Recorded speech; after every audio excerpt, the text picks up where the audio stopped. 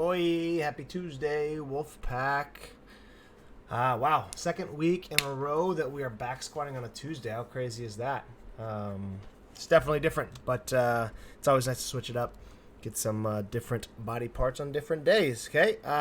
We are switching gears from, the heavy volume stuff that we did for the last few weeks, the drop sets. I think a lot of people made a lot of progress or had a lot of benefit from that, so that was great. But a little sneak peek spoiler for those who are doing SummerSlam. There is a high potential that there's going to be a 3-rep max back squat at some point in this competition. So we're going to work on just some heavy threes, getting some volume, getting comfortable in the 3-rep here. I know we did threes last week, but it was drop set, so you kind of had to plan your threes around that because we had the drops to do. So we couldn't go like super heavy threes. So you get a little bit bigger chance to mess with some threes today.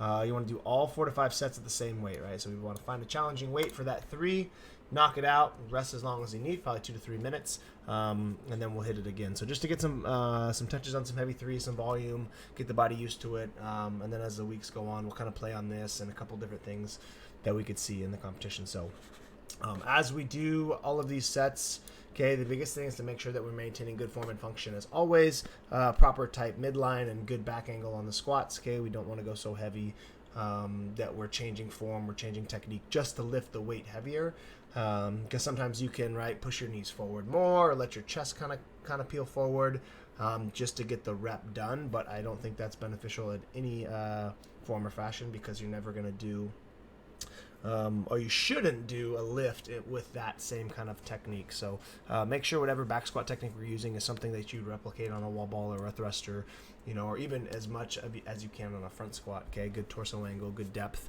right? Knees out in the bottom, feet are flat on the ground. So we shouldn't be changing that at all. But good to play with some heavy threes. We've done some good back squat volume over the last few weeks. So you should have a good idea kind of where you need to be, especially after last week's drop sets for 3. Okay.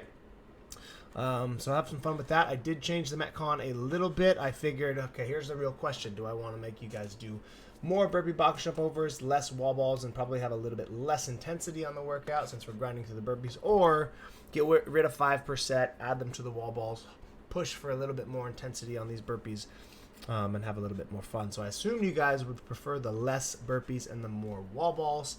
Ideally, we're able to keep good intensity through these. I know it's only 5 reps, but 5 reps on a burpee box jump over could be, anywhere between 30 and 60 seconds, depending on, how we're feeling here on these backside rounds. So it could change a lot of the workout for the 5 reps. So I hope you guys can keep intensity, but it's a short cap. It's meant to be a sprint. We should be getting through all of these movements fast, should be pushing the pace, should be very uncomfortable and challenging yourself to maintain burpee pace and jump ropes, especially on this backside here. Okay, so 100 double unders. Whatever jump rope set we're going to do, whether it be singles, doubles, or a combination, this needs to be probably no less than 90 seconds, to be completely honest. I know that's a pretty tight cap for 100. If you go 100 unbroken, it's going to be about a minute. But that gives you a chance to biff a couple times or mix in a couple here. I don't want to spend, 2 minutes and probably even longer, 2.5, 3 minutes maybe, on the double unders at the end, so call that 4 to 5 minutes. I don't want to spend almost half of the workout on the jump rope, right? This should be fast.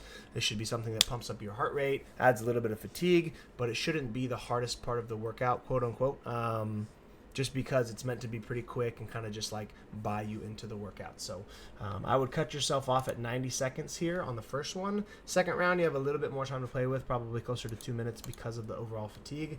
But this first set, 3, 2, 1, go, needs to be very, very fast and something that's not going to fatigue you so much that causes your burpee box jump overs to slow down. Okay, so whatever we choose to do there, make sure it's quick, make sure it's easy, so you can maintain good intensity on the burpee box jump overs. Okay, chip away at these, right? Push the pace. We should be moving fast, but not so fast that we're going to completely fall apart on the wall balls, because we still want to get through these relatively quick. So pick a good pace where you can breathe, be efficient, and get through with those.